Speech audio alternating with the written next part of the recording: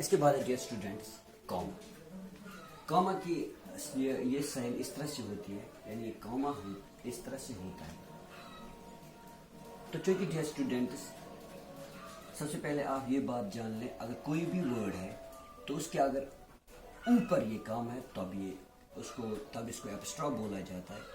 अब अगर ये यहाँ पे यानी इसके नीचे ये साइन है तो इसको कॉमा बोला जाता है। तो इसी के बारे में हमें पढ़ना है। तो चूंकि डियर स्टूडेंट्स सबसे पहली बात, कॉमा हम कहाँ पे यूज करते हैं किसी सेंटेंस में या किसी पैराग्राफ। हम कॉमा उस वक्त इस्तेमाल करते हैं जब हमें सेपरेट कुछ वर्ड्स करने और कुछ वर्ड्स को अलग अलग करना हो। फॉर एग्जाम्पल, I bought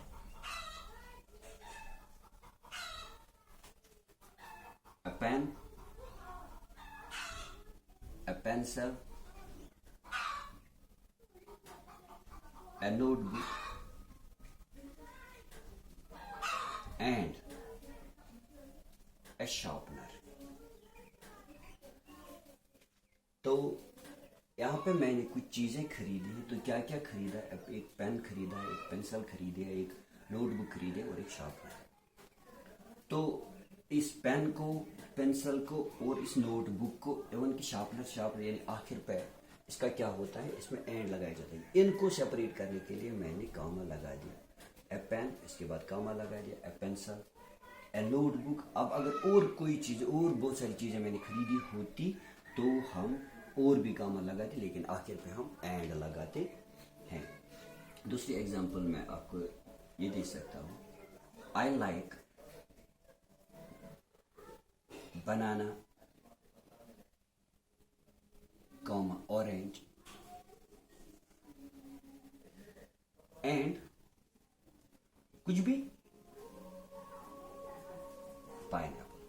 तो बनाना, ऑरेंज और पाइनएप्पल अगर मैं पसंद करता हूं तो इनको किसी सेंटेंस में लिखते वक्त मैं इनको सेपरेट करने के लिए कॉमा लगाता हूं।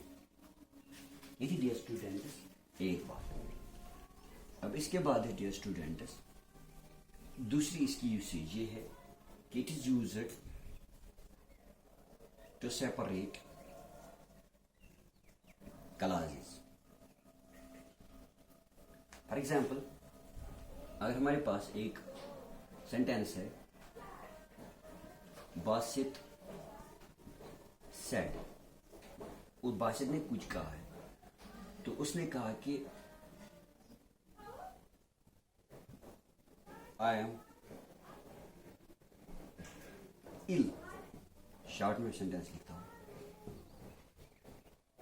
तो ये एक क्लास है और ये दूसरा क्लास है। तो इन दो क्लासेस को सेपरेट करने के लिए हम कॉमा लगाते हैं। ये चीज़ें हम आमतौर पर उस डायरेक्ट स्पीच या इनडायरेक्ट स्पीच जो होती है उसमें ये चीज़ें आपको पता चलेंगी। अगर आप देख लोगे उसमें ये कॉमा हम आमतौर पर लगाते हैं सेपरेट किनको करने के लिए, क्लासेस को। इस तरह से अगर मैं लिखूं,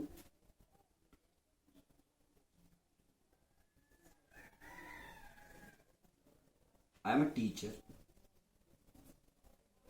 comma, my brother is a doctor and my sister is an engineer.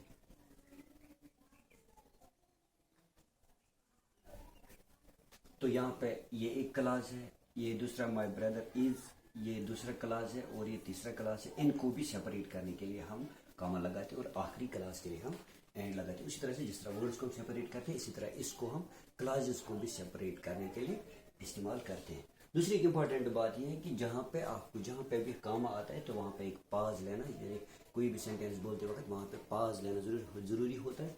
उस तरह से उस सेंटेंस की मीनिंग क्लियर हो जाती है। I am a teacher, my brother is a doctor and my sister is an engineer.